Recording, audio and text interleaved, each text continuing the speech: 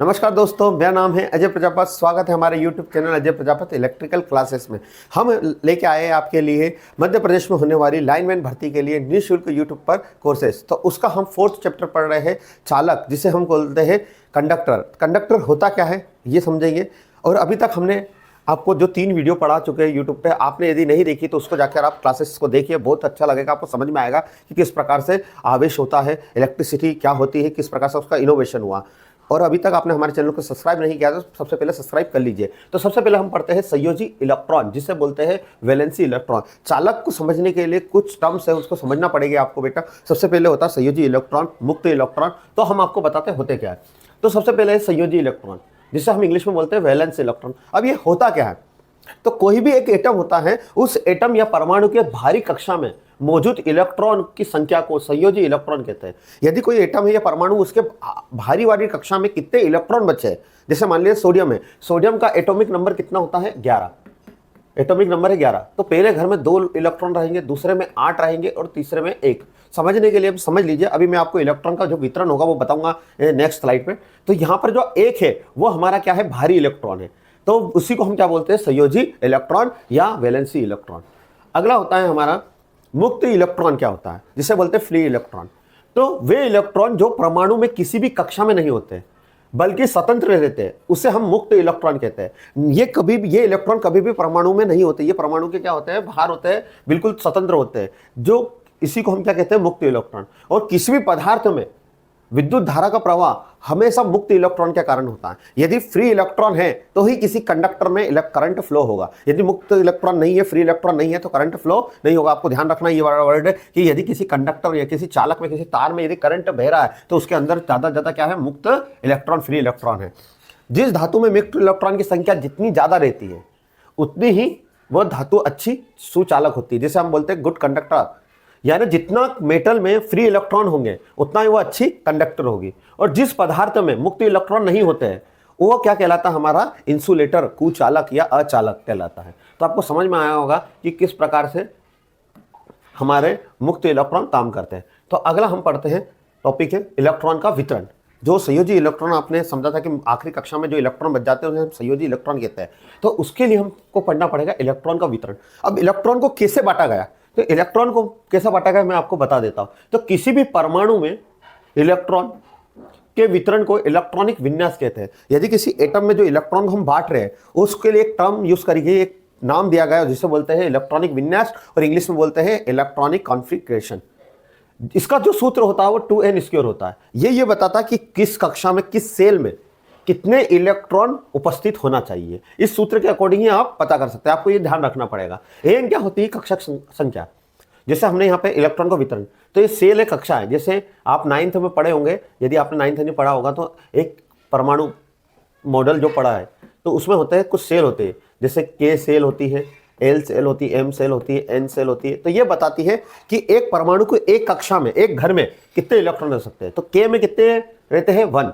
इसका n यानी number कितना, पहली सेल है। पहला घर कौन सा है, किसी भी परमाणु का K होता है, दूसरा घर L होता है, तीसरा होता है M और चौथा होता है N, और उसके बाद O घर होता है। तो ऐसे लगातार चलते जाते हैं, पर हमको आप सिर्फ N तक ही ध्यान रखना है। K पहला घर होता है किसी भी सेल का, किसी परमाणु की कक्षा का पहला सेल कौन सा होता है, K, दूसरा होता है L, तीसरा होता है M, चौथा होता है N। तो अब इसको कैसे समझते हैं, तो इस फार्मूले में रखते हैं। तो ये लिखा हमने 2n²। आपने बोला कि एक परमाणु उसका K सेल है, यानी एक ही सेल है टोटल। तो एक सेल के अंदर कितने लोग रह सकते हैं, एक कक्षा है उसमें कितने लोग रह सकते हैं। तो n बराबर कितना होता है, k बराबर 1 है, तो n की वैल्यू कितनी, 1 है। तो 2 × 1, 1 का वर्ग सभी को पता है 1 होता है, तो 2 × 1 कितना हो जाएगा, 2। तो इसका मतलब k के सेल में कितने इलेक्ट्रॉन ज़्यादा रह सकते हैं, 2। आपको क्लियर हुआ होगा। अगला हम पढ़ते हैं वैसे L सेल। L सेल कितने नंबर पर होता है हमारा, 2 नंबर पर। तो जब L सेल में कितने होते हैं, 2, दूसरे नंबर पर होता है। इसमें कितने लोग रह सकते हैं, कितने रह सकते हैं, तो भैया हमारा होता है, वही फार्मूला था 2 × n²। 2 तो ये हो गया, n की जगह हम क्या रखेंगे, 2, और 2 का वर्ग। तो आपको समझ, 2 इसका वर्ग कितना होता है, 2 का वर्ग 4, तो टोटल कितने रहेंगे, 8। यानी इससे ये समझ में आया कि एक जो सेल होता है, जो हमारा किसी परमाणु में कौन कौन सी K सेल है, तो K सेल में कितने लोग रह सकते हैं, 2। पर जब L सेल की बात करेंगे हम, तो L सेल में कितने लोग रह सकते हैं, 8। यानी 1 2 3 4 5, 6, 7 और 8। वैसे यदि हम एम सेल की बात करते हैं तो एम सेल में कितने लोग रह सकते हैं, तो एम सेल का देख लेते हैं हम। एम सेल में कितने नंबर की कक्षा होती है हमारी, तीसरे नंबर की कक्षा, यानी जो तीसरी नंबर की कक्षा होता है किसी परमाणु एटम का, उसका कितना होता है 3। तो अब देखते हैं हम इसमें कितने रह सकते हैं। तो ये फार्मूला लगाएंगे 2 इंटू एन की जगह कितना रखेंगे 3 की पावर 2, 3 की पावर 2 कितना होता है 9 गुणित 2, टोटल कितने हो जाएंगे हमारे 18। यानी हम जो एम सेल होता है उसमें कितने रखेंगे 18। तो आपको ऐसे ही समझ में आया होगा कि पहले सेल में कितने इलेक्ट्रॉन रहते हैं 2, दूसरे वाले सेल में हमारे कितने रहते हैं, दूसरे वाले हमारे सेल में कितने रहते हैं, तो रहते हैं टोटल 8, और तीसरे वाले सेल में रहते हैं 18, और चौथे वाले सेल में रहते हैं हमारे कितने 32, यानी 416 16 दूना 32 32। आप इसको निकाल लीजिएगा तो ऐसे समझ में आ गया होगा कि के सेल में 2 इलेक्ट्रॉन रह सकते हैं, एल कक्षा में कितने 8 रह सकते हैं, एम में 18 और एन में 32। अब इनको वितरण कैसे करना है आपको ये समझाते हैं कि किस प्रकार से रहेंगे। तो आपको याद रखना है कि जैसे सोडियम, अब इससे हमको पता चलेगा कि कौन चालक है और कौन कुचालक है। तो जैसे अभी मैं आपको बता देता हूँ, अब कैसे पता करेंगे सर कौन चालक है कौन क्या कुचालक है, तो अभी मैं आपको इसको क्लियर कर देता हूँ। जैसे इसी में अभी मुझे ये नहीं पता कि सर जैसे मान लीजिए सिलिकॉन है, या आपको पता है कि कॉपर का जो एटॉमिक नंबर होता है वो 29 होता है। इसको कॉपर का एटॉमिक नंबर कितना होता है 29। तो पहले घर में अपने कितने सेल पड़े थे कि पहले घर में के में कितने लोग रहते हैं 2, दूसरे में कितने रहते हैं 8, कितने हो गए 10, तीसरे में कितने रहते हैं हमारा 18, कितने हो गए 2 8 10 और 18 कितने हो गए 28, कितने सेल बचे 1 सेल। ये आपको समझ में आएगा। तो यही आपका क्या कहलाता है इलेक्ट्रॉनिक विन्यास या संयोजी, हमारा संयोजी इलेक्ट्रॉन। तो इसी को हम क्या बोलते हैं इलेक्ट्रॉनिक विन्यास। इस प्रकार से आपको रखना है। वैसे होता है हमारा सोडियम, अभी हमने पढ़ा था सोडियम का परमाणु क्रमांक कितना होता है 11। तो इसको पहले घर में कितने लोग रह सकते हैं ज़्यादा ज़्यादा 2, दूसरे घर में कितने रह सकते हैं 8, और तीसरे घर में कितने रहेंगे 2 8 10 और कितने बचे 1। तो इस प्रकार से रखना है। तो जो भी अब हम पढ़ते हैं चालक होता क्या, कुचालक क्या होता है, इसको हमने क्यों पढ़ा, तो पहले हम पढ़ते हैं चालक होता क्या।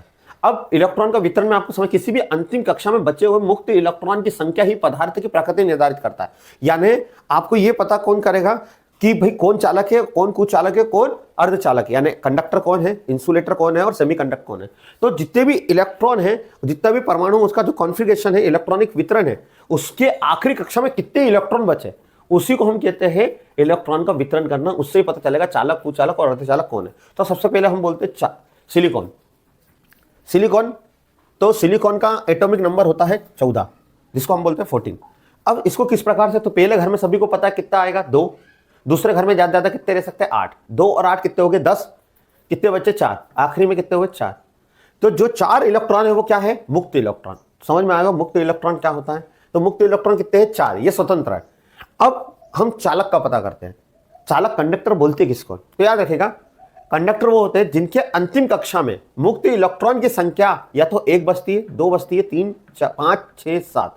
आपको ध्यान रखना है यहाँ पे 4 भी नहीं है और 8 भी नहीं है। यानी चालक उनको कहते हैं जिनके आखिरी कक्षा आउटर सेल में या तो 1 इलेक्ट्रॉन बचे, 2 इलेक्ट्रॉन बचे, 3 बचे, 5 बचे, 6 बचे, 7 बचे, इनमें से कोई इलेक्ट्रॉन बचता है। तो ऐसे धातु को हम काय में रखते हैं, ऐसे एलिमेंट को चालक में, कंडक्टर में। जैसे मैंने बोल दिया एक सोडियम है, बोले सर सोडियम चालक है कि नहीं, मैंने ठीक है, इसका परमाणु क्रमांक कितना होता है 11। पहले घर में कितने होते हैं 2, दूसरे घर में कितने हुए 8, 2 और 8 कितने हो गए 10, कितना बचा 1। तो हमको ये पता चल गया कि यदि किसी के आखिरी में 1 2 3 कुछ भी ऐसा कोई संख्या है, इनमें से कोई सी एक संख्या, तो वो क्या कहलाता है चालक कहलाता है। तो आपको समझ में आएगा चालक क्या है। अंतिम कक्षा में 8 इलेक्ट्रॉन होना चाहिए। यदि 8 इलेक्ट्रॉन है तो उसे हम क्या कहेंगे कुचालक इंसुलेटर। अर्धचालक क्या होता है, यदि किसी की अंतिम कक्षा में मुक्त इलेक्ट्रॉन की संख्या कितनी होती है 4, उसे हम क्या कहते हैं हम अर्धचालक। जैसे हमारा सिलिकॉन क्या है अर्धचालक, पहले घर में 2, दूसरे घर में 8 और आखिरी कक्षा में कितने हैं 4। अब नेक्स्ट हम पढ़ते हैं इसको चालक क्या क्या होता है। तो जिन पदार्थों में मुक्त इलेक्ट्रॉन द्वारा विद्युत धारा का प्रवाह होता है उसे हम चालक कहते हैं, इंग्लिश में बोलते हैं कंडक्टर। यानी जिसमें फ्री इलेक्ट्रॉन आसानी से फ्लो हो जाए, आसानी हो, ज्यादा फ्री इलेक्ट्रॉन हो, उसे हम क्या कहते हैं कंडक्टर। वे कंडक्टर कहलाते हैं। अभी हमने पढ़ा कि कंडक्टर उसे कहते हैं जिसमें मुक्त इलेक्ट्रॉन की संख्या 1 2 या 3 होती है। चालक की कंडक्टिविटी उसमें उपस्थित मुक्त इलेक्ट्रॉन में परमाणु के बाह्यतम कक्षा में उपस्थित आकर्षण बल से बंधे इलेक्ट्रॉन पर निर्भर करती है।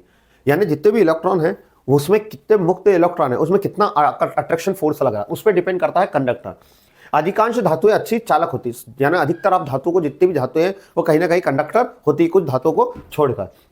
अब यहाँ पे मैंने एक आपको डायग्राम दिख रहा होगा, मीन्स डायग्राम को ध्यान से देखना है आपको। इसमें एक VB लिखा है और एक CB लिखा है और EG लिखा है। VB होता है वैलेंसी बैंड और CB होता है कंडक्शन बैंड। यहाँ पर इलेक्ट्रॉन रहते हैं, जब इलेक्ट्रॉन यहाँ से यहाँ पर ट्रांसफर होते हैं तो इनके बीच में क्या होता है, एनर्जी गैप।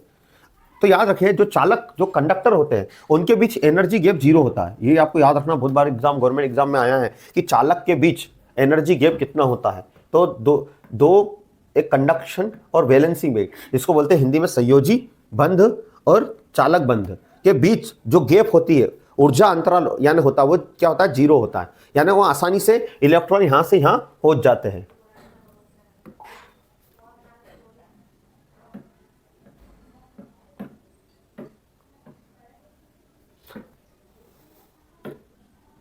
अब चालक में कुछ गुण होते हैं, कुछ प्रॉपर्टी होती है। कौन कौन सी प्रॉपर्टी होती है? तो चालक में गुण होने के लिए चालक सस्ता, आसानी से उपलब्ध होना चाहिए। चालक में यांत्रिक यानी मैकेनिकल स्ट्रेंथ अच्छी होनी चाहिए कि तार बनाते टूट नहीं जाएगी। पता चले कि आपने तार तो बना दिया पर तार ऐसा लिया है कि आप फट से टूट रहा है, तो कोई काम का है नहीं।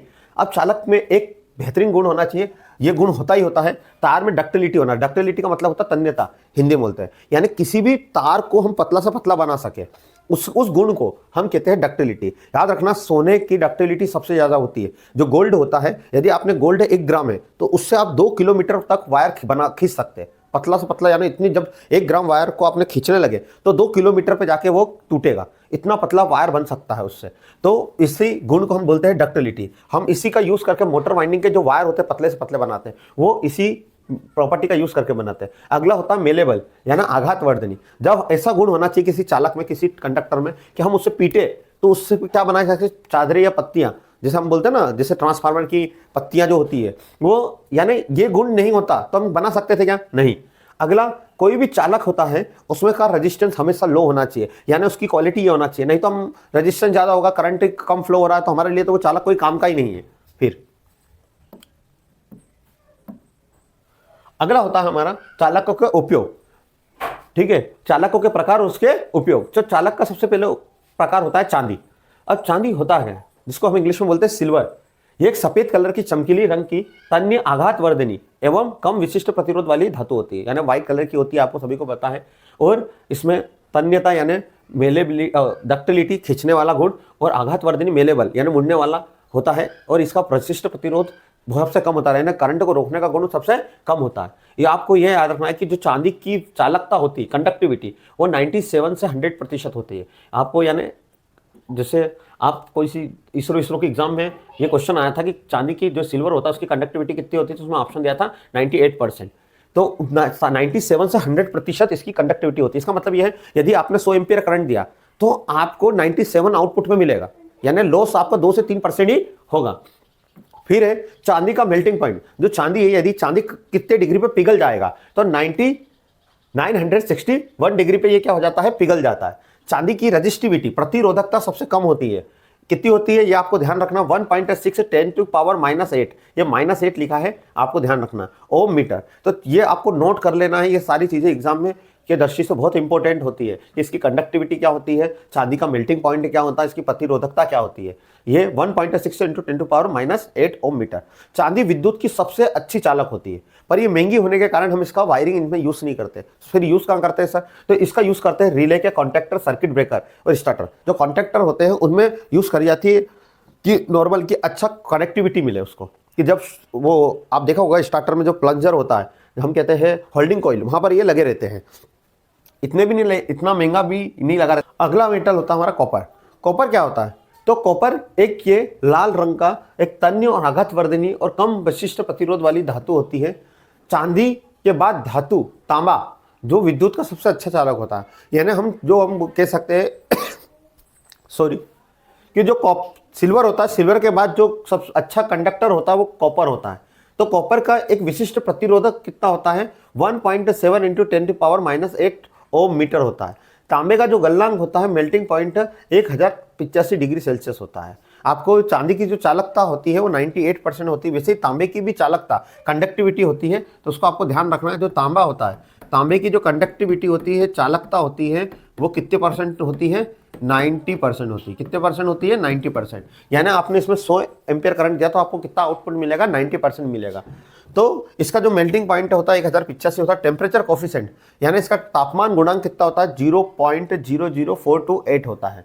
इसका उपयोग कहाँ होता है? तो सभी को पता है, वाइंडिंग में यूज होता है, घर के वायरिंग के लिए यूज होता है, बस बार जो बनाए जाते हैं इसी का बनाया जाता है। और सबसे ज्यादा यूज हम जो हाउस वायरिंग के पर्पज से करते हैं वो कॉपर का ही यूज करते हैं। तो अगला हमारा होता है जो मेन है एल्यूमिनियम। तो हम अब एल्यूमिनियम को देख रहे थे कि एल्यूमिनियम क्या है। एल्यूमिनियम एक सफेद रंग की जंग रोधक धातु होती है, जंग रोधी, यानी हम कह सकते हैं कि इसमें जंग नहीं लगता है। इसी कारण इसका उपयोग ओवरहेड लाइन में यूज किया जाता है। इसकी जो कंडक्टिविटी होती है वो कम होती है, पर ये इसमें जंग नहीं लगने के कारण इसका यूज हम ओवरहेड लाइन, जो ट्रांसमिशन लाइन और डिस्ट्रीब्यूशन लाइन होती है जो हमारे सर के ऊपर से जाती है, उसमें इसका यूज करते हैं। इसकी चालकता कितनी होती है? तो इसकी ये चीज आपको ध्यान रखना है कि इसकी चालकता जो होती है तांबे की अपेक्षा केवल कितने परसेंट होती है? 60%। यानी तांबा 100 है, तांबे का कंडक्टिविटी 100 है, तो ये इसकी कितनी होगी? 60। उससे कंपेयर करने पर कितनी मिलती है हमको? 60% मिलती है। एल्यूमिनियम का धातु का गलनांक, इसका मेल्टिंग पॉइंट 660 डिग्री होता है। यानी 660 डिग्री पे ये क्या हो जाता है? पिघल जाता है। यदि तांबे का वायर जो होता है, यदि आपने इसमें 10 एम्पियर करंट दिया तो एल्यूमिनियम के वायर में कितना एम्पियर करंट आ जाएगा? 6 एम्पियर। यानी आपने कंपेयर करते हैं कि कॉपर वायर है तो कॉपर वायर का 10 एम्पियर आप करंट ले रहे हैं, जिससे मान लीजिए, क्योंकि इसकी कंडक्टिविटी कितनी एम्पियर है? कंडक्टिविटी आपने देखा कि इसकी जो कंडक्टिविटी है कॉपर की कितनी है? 100% है, और इसकी कितनी होती है? 60%। तो यदि आपने एक वायर है कॉपर का, उसमें 10 एम्पियर करंट दे रहे हैं, तो एल्यूमिनियम के वायर में कितना एम्पियर करंट जाएगा? सेम साइज है तो 6 एम्पियर ही करंट फ्लो होगा। हमारा नेक्स्ट हम इसको देखते हैं, एल्यूमिनियम में क्या क्या एबिलिटी होती है, क्या क्या योग्यता होती है। तो यदि एक कॉपर 1 mm वायर का है तो उसमें 10 एम्पियर करंट लेता है, तो एल्यूमिनियम का 10 एम्पियर करंट सहन करने के लिए उससे कितना? 1.5 mm का वायर की जरूरत पड़ेगी। यानी हमारे पास एक वायर है, 1 mm का वायर है, और 1 mm का वायर कितना एम्पियर करंट ले रहा है? 10 एम्पियर ले रहा है। तो एल्यूमिनियम का 10 एम्पियर करंट लेने के लिए उसको कितना mm का वायर यूज करना पड़ेगा? 1.5 mm का वायर करना। एल्यूमिनियम का जो वजन होता है वो कॉपर के वजन का क्या होता है? आधा होता है। ये आपको नोट कर लेना है सारी चीजें। समान साइज के वायर में कॉपर में अधिक करंट और एल्यूमिनियम में क्या होता है? कम करंट बहेगा। तो आपको क्लियर होगा किस प्रकार से इसमें डिफरेंस है। यदि समान करंट का प्रवाह हो तो कॉपर पतला और एल्यूमिनियम वायर क्या होता है? मोटा होता है। अब रेजिस्टेंस की बात करें तो तांबे कॉपर की तुलना में अन्य चालक का प्रतिरोध क्या होता है? तो आपको ध्यान रखना, यदि हमने मान लिया कॉपर का रेजिस्टेंस 1 है, तो सिल्वर का कितना होता है रेजिस्टेंस? 0.59 ओम। वैसे एल्यूमिनियम का कितना होता है? 1.59। गोल्ड का कितना होता है? 1.38। और टंगस्टन का कितना होता है? 3.2। तो इन सभी को आपको याद रखना है कि यदि हम कॉपर को 1 मानते, कॉपर का रेजिस्टेंस मान लीजिए 1 है, तो सिल्वर का कितना होगा? 0.59 यानी 0.59, एल्यूमिनियम का 1.59 और गोल्ड का 1.38। ये एग्जाम में सारे क्वेश्चन आ चुके हैं, इसलिए मैं आपको बार बार बता रहा हूँ कि इन पे ध्यान दीजिए। कि मान लीजिए एक एल्यूमिनियम का वायर है 1 mm का, तो 10 उसमें कितना एम्पियर करंट जा रहा है, कितना करंट फ्लो हो रहा है, तो कॉपर में कितना होगा, ये आपको याद रखना है। इसरो, भेल जैसी एग्जाम में क्वेश्चन आते हैं। अगला हम पढ़ रहे हैं पीतल, जिसको इंग्लिश में बोलते हैं ब्रास। पीतल क्या होता है? पीतल 2 धातुओं से मिलकर बना होता है, जिसे हम बोलते हैं मिश्र धातु और इंग्लिश में बोलते हैं अलॉय। इसका तांबा और जिंक से मिलकर बना होता है, जिसको हम बोलते हैं कॉपर और जिंक, जस्ते से मिलकर बना होता है। इसमें तांबा होता है 66% और जस्ता जिंक होता है 34%। अब ये धातु जंग रोधी होती है, इसमें जंग नहीं लगता। और इसका उपयोग हम क्या करते हैं? तो आपने देखा होगा होल्डर, और हमारे जो बल्ब होल्डर हो गया, हमारा स्क्रू अपन कहते हैं, स्विच हो गया, इन सभी के जो टर्मिनल होते हैं वो काय के बने होते हैं? पीतल के। आपको दिख रहे होंगे ये सब काय के बने होते हैं? पीतल के, जिसको हम बोलते हैं ब्रॉस के। तो इनका उपयोग आपको समझ में आया होगा। अगला होता है नाइक्रोम। नाइक्रोम क्या होता है? यह किससे मिलकर बना होता है? निकिल और क्रोमियम से। तो निकिल इसमें 80% होता है और क्रोमियम हमारा कितना परसेंट होता है? 20%। यह भी मिश्र धातु होती है। इसका विशिष्ट प्रतिरोध ज्यादा होता है और जो गलनांक का मेल्टिंग पॉइंट वो भी क्या होता है? हाई होता है। कितना डिग्री होता है? 1400 डिग्री सेल्सियस वाली एक मिश्र धातु है। अब नाइक्रोम का यूज कहां पर होता है? तो जितने भी हीटर हीटिंग एलिमेंट होते हैं, जहाँ करंट देने पे गर्मी पैदा हो जाती है, तो वहाँ पर इसका यूज़ करते हैं। जैसे हमारा हीटर हो गया, प्रेस हो गया, टोस्टर हो गया और गीज़र हो गया, इन सभी के अंदर जो वायर होता है वो नाइक्रोम का होता है। आपको ध्यान रखना है इसको कि कितने धातुओं से मिलकर बना होता है, दो, न से निकिल, क्रो से क्रोमियम। निकिल 80% होता है, क्रोमियम 20% होता है। तो इन सभी का यूज यहाँ पे हीटिंग एलिमेंट बनाने में किया जाता है। अगला होता है टंगस्टन। तो टंगस्टन एक ऐसी धातु होती है जो बल्ब के अंदर लगा रहता है। ये बल्ब के अंदर आपने देखा होगा, बल्ब के अंदर जो फिलामेंट होता है, उस फिलामेंट के ऊपर जो ऐसा लगा रहता है उसको बोलते हैं टंगस्टन धातु। अब ये टंगस्टन धातु सबसे ज्यादा, इसका जो गलनांक होता है वो कितना डिग्री होता है, 3422 डिग्री। एक ये रेलवे ग्रुप डी में क्वेश्चन आया था कि जो टंगस्टन धातु उसका गलनांक कितना डिग्री होता है, तो 3422 डिग्री होता है। ये एक बहुत कठोर धातु, तन्य और कठोर धातु होती है। इसका उपयोग कहाँ होता है, बल्ब के फिलामेंट के रूप में, यानी बल्ब के जो फिलामेंट के ऊपर जो लगता है, बल्ब लैंप में, प्रदीप्ति ट्यूब में, sodium vapour lamp, mercury vapour lamp आदि के फिलामेंट बनाने में इसका उपयोग किया जाता है। अगला होता है लेड। लेड क्या होता है, तो एक सिलेटी रंग की नर्म और भारी जंगरोधी धातु होती है, जो हमारी अंडरग्राउंड केबल होती है उसमें नमी को रोकने के लिए इसके ऊपर इसका आवरण चढ़ा जाता है, इसका कवर चढ़ा जाता है कि भैया जो नमी हो, जो शीत होती है उसको वो अंदर नहीं आए। और हमारे जो सीसा संचालक सेल होते हैं, हमारे जो सेल होते हैं, लेड एसिड बैटरी बोलते हैं हम जिसको, उसकी प्लेट बनाने के लिए भी इसका लेड धातु का यूज किया जाता है। आपको दिख रहा होगा लेड धातु कैसे दिखती है, इस टाइप से होती है। इसका अतिरिक्त इसका फ्यूज वायर, जो हम फ्यूज वायर यूज करते हैं, या सोल्डिंग वायर में भी इसका उपयोग किया जाता है। जो लेड होता है, लेड की मात्रा, ये आपको नोट करना कि लेड की मात्रा जिसके अंदर भी मिलाई जाए वो उतना ही अधिक क्या हो जाएगा, कठोर हो जाएगा। यानी आपने कोई, ये एक तरह से जब भी किसी के साथ, या ना कभी प्योर नहीं यूज होता, मिश्र धातु में ही यूज होता है, जिसकी यदि आपने किसी के अंदर ज्यादा मात्रा में इसको मिला दिया तो वो एलिमेंट क्या हो जाएगा, कठोर हो जाएगा, सॉलिड हो जाएगा। अगला होता है हमारा टीन। ये सफेद रंग की अत्यधिक नर्म और जंग रोधी धातु होती है, इसमें भी जंग नहीं लगता। इसका उपयोग शीशे के साथ किया जाता है, जो हमने अभी पीछे पढ़ के आया लेड के रूप में किया जाता है। फ्यूज वायर बनाने में, सोल्डर वायर, जो हम सोल्डरिंग वायर के लिए भी यूज होता है, फ्यूज वायर के रूप में भी था। पर हम जिसमें यदि टीन की मात्रा हम क्या कर दें, जितनी ज्यादा कर दें वो उतना ही सॉफ्ट धातु होता है। इसलिए आपने देखा सोल्डर वायर, जब सोल्डरिंग करते हो वो वायर आसानी से हाथ से टूट जाता है, क्योंकि उसमें टीन की मात्रा क्या होती है, ज्यादा होती है।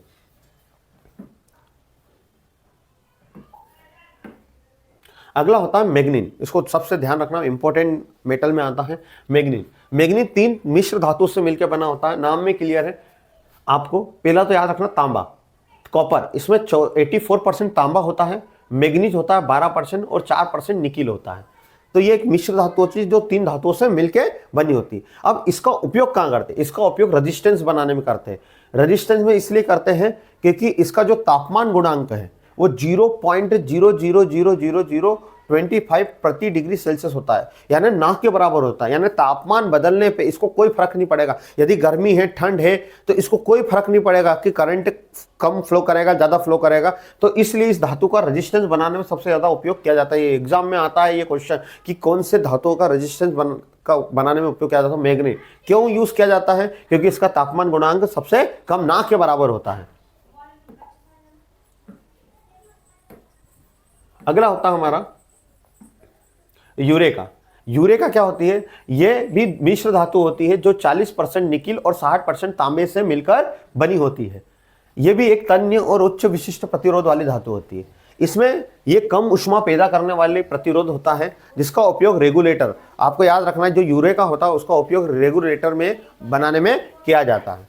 अगला हमारा लास्ट चल रहा है टॉपिक, जिसमें आपको ध्यान रखना है प्लेटिनियम। ये कठोर और मूल्यवान धातु होती है जो प्लेटिनियम होती है, जिसका उपयोग स्टार्टर के संयोजक बिंदु यानी कॉन्टैक्ट पॉइंट बनाने में किया जाता है। हमारा नेक्स्ट है लोहा, आयरन हम जिसको बोलते हैं। आयरन क्या होता है, तो लोहा जो होता है ये सभी को ने आप देखी भी है, तो इसका यूज हम क्यों नहीं करते वायर में, ये भी तो, इसमें भी तो करंट फ्लो होता है। तो इसका वशिष्ठ प्रतिरोध जो रजिस्टेंस होता है वो तांबे के तुलना में 8 गुना ज्यादा होता है। जैसे मान लीजिए एक कॉपर है, कॉपर का रेजिस्टेंस 1 है, तो इसका रेजिस्टेंस कितना हो जाएगा, कॉपर का रेजिस्टेंस 1 है तो इसका कितना हो जाएगा 8। यदि इसमें यानी इसमें एक करंट, कॉपर में 8 करंट जा रहा है तो इसमें केवल 1 एम्पियर ही करंट जाएगा। इस कारण इसका उपयोग हम इलेक्ट्रिसिटी में वायरिंग, हाउस वायरिंग के रूप में इसका उपयोग नहीं करते हैं।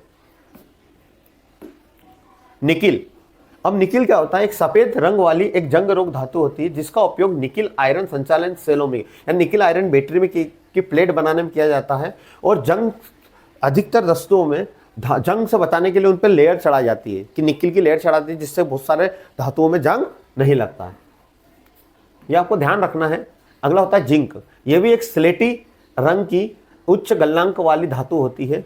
जंग रोधी परत से बचाने के लिए यह क्या करते हैं, हम इसको जंग से बचाने के इस पर लेयर चढ़ाया जाती है। जितनी भी गैल्वेनाइज चादर आती है, जो हम जिसको बोलते हैं चादर या पतरे जो बोलते हैं, जो शीट होती है उनके ऊपर लेयर चढ़ाई जाती है, उसको बोलते हैं जिंक के।